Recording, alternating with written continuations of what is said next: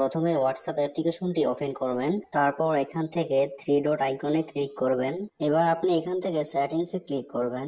সেটিংসে ক্লিক করার পর ঠিক আপনার সামনে এরকম একটি ইন্টারফেস চলে আসবে। এবার এখানে খেয়াল করুন, আমি কিন্তু আমার এই হোয়াটসঅ্যাপটি গ্রামীণ নাম্বার দিয়ে খুলেছি।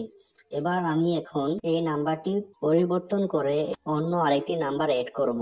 এর জন্য আমাকে অ্যাকাউন্টে ক্লিক করতে হবে, তাহলে আপনারাও অ্যাকাউন্টে ক্লিক করবেন। অ্যাকাউন্টে ক্লিক করার পর আপনার সামনে ঠিক এরকম একটা ইন্টারফেস চলে আসবে। এবার এখান থেকে আপনি চেঞ্জ নাম্বারে ক্লিক করবেন। চেঞ্জ ফোন নাম্বারে ক্লিক করার পর এখান থেকে আপনি আবার নেক্সটে ক্লিক করবেন।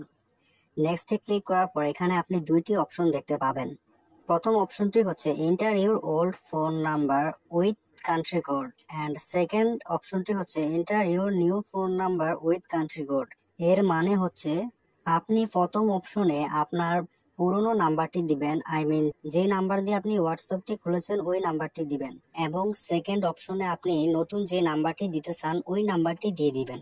এভাবে কাজটি সম্পূর্ণ করার পর আপনি নেক্সটে ক্লিক করবেন।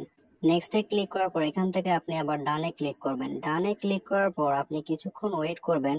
কিছুক্ষণ ওয়েট করার পর আপনার ফোনে যেই নাম্বারটি আপনি নতুন এড করেছেন ওই নাম্বারে একটি ওটিপি বা 6 ডিজিটের একটি কোড আসবে। কোডটি দিয়ে আপনি নাম্বারটি ভেরিফাই করে নেবেন। এভাবে খুব সহজ পদ্ধতিতে আপনি হোয়াটসঅ্যাপের নাম্বারটি পরিবর্তন করতে পারবেন।